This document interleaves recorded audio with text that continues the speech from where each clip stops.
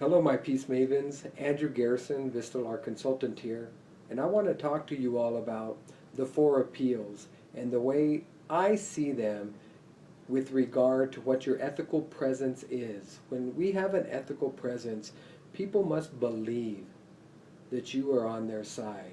And so the four appeals, being ethical, being reasonable, being personal, and being practical, need to be studied a little bit more in depth as far as what your role is when you're delivering, or if you would, operationalizing those four appeals. So let's look at the first one.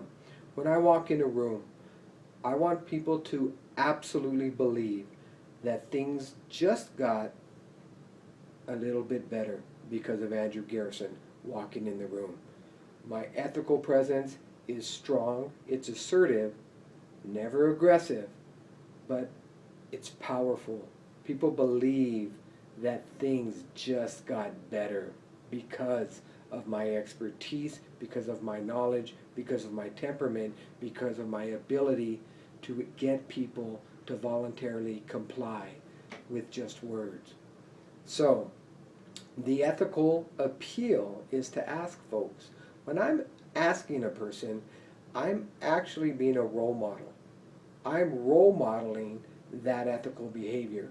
Jack Hoban says that there we all have motivations, we have values, we have morals, but ethics are those values and morals in action. And I really liked that because you have to show your ethics. I have to role model that which I want other people to follow.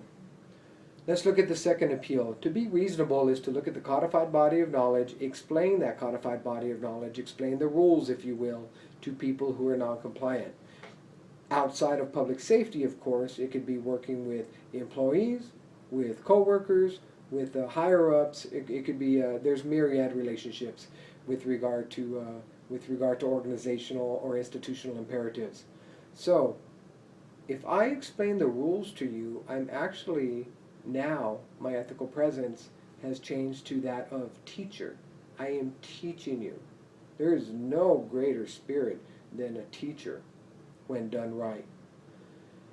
The third appeal, the personal appeal, giving people options. I'm promoting options. I'm really poo-pooing all the stuff that's punitive in nature, write-ups and restraint and control, all of those things in public safety. Outside of public safety, it could be you're going to go on a 3-day suspension, all the progressive discipline that we know only too well as supervisors and managers out there. When I'm giving personal appeals, when I'm really selling these options, and I'm really dogging on this, this isn't really good for you. I want this for you. I don't want these things. I'm being a person's advocate. Throughout the persuasion sequence, if you can truly show and never lose the fact that you are someone's advocate, you're winning. You are absolutely winning. Because if someone's being non-compliant, if someone's being difficult, if someone's being even sneaky, and you hold true to your values and morals through your ethical actions by being that role model, that teacher, and now an advocate, you are absolutely going to turn that person.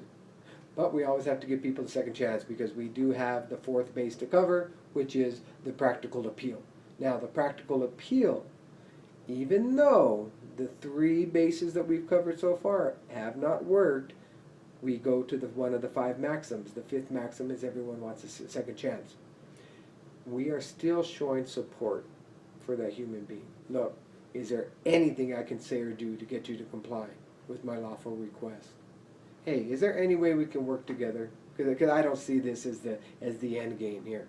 I feel like I can still work for you even though that we disagree.